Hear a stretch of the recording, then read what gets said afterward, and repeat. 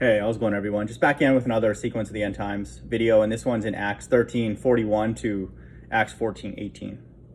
So this is it's just incredible. It's literally like a reel in the entire Bible being played over and over again. It's absolutely incredible. So I'll start with Acts 13:41. Look, you scoffers, be astounded and perish, for I am doing a work in your days, a work that you will not believe, even if one tells it to you. So there's a large group of people on this earth who cannot accept the Bible's truth. And I'm talking about even people who read it and try and understand it. And so just be aware of that. So I'll skip forward a little bit to Acts 13:44. The next Sabbath, almost the whole city gathered to hear the word of the Lord. That's in verse 44. That's for God's elect, people who can actually understand.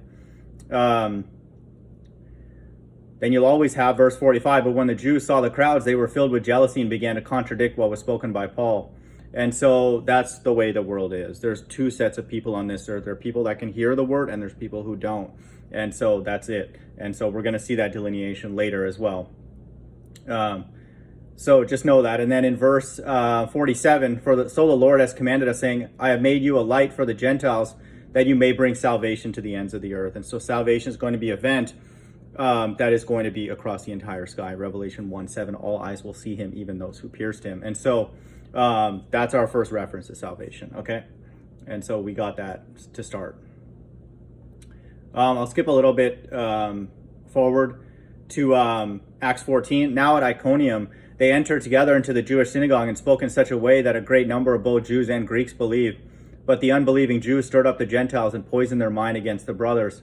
So they remained for a long time, speaking boldly for the Lord, who bore witness to the word of his grace, granting signs and wonders to be done by their hands. And so this is also going to be in the last days, where God is going to make it plainly obvious to the entire world that he exists through signs, but ultimately through plagues, and then through these UFOs preaching the gospel. Verse 14:4, this is for God's elect. But the people of the city were divided. Some sided with the Jews and some with the apostles.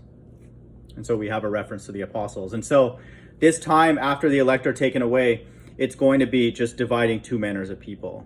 That's what the whole mark of the beast is for, is to identify God's left-hand side. And so just know that, and then this is the Great Tribulation period.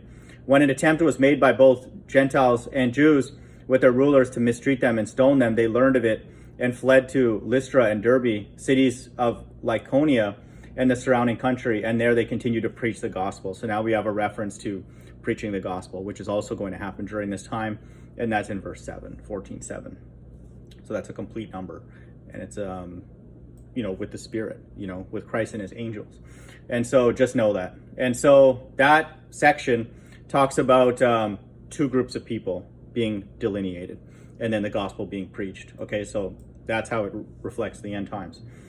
Revelation 14:6 explains how the gospel is going to be preached in the last days. It's not going to be preached by man, because the entire earth is filled with liars. Okay, just know that. Okay, so now we're going to look for some language about God returning, Christ returning with his elect, and then we see that here. And so Revelation 14, I'll read 11. And when the crowd saw that what Paul had done, they lifted up their voices, saying in Lycaonian, the gods have come down to us in likeness of men. Okay, this is coded language for now Christ returning with his elect, and the angels. And so their job is going to be to destroy everybody with the mark of the beast. And so just know that.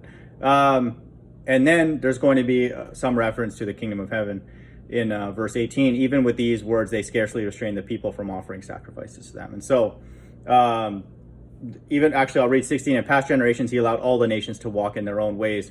Yet he did not leave himself without witness, for he did good by giving you rains from heaven and fruitful seasons, satisfying your hearts and food and gladness. So it's a reference to all nations, and then at that time they're able to walk in their own ways. But now it's talking about, even with those words, they scarcely restrain the people from offering sacrifices to them. So this is going to be Christ ruling, in righteousness. And so Acts 13 and 14 encode the sequence of the end times as well. Hope everyone's doing well. Bye.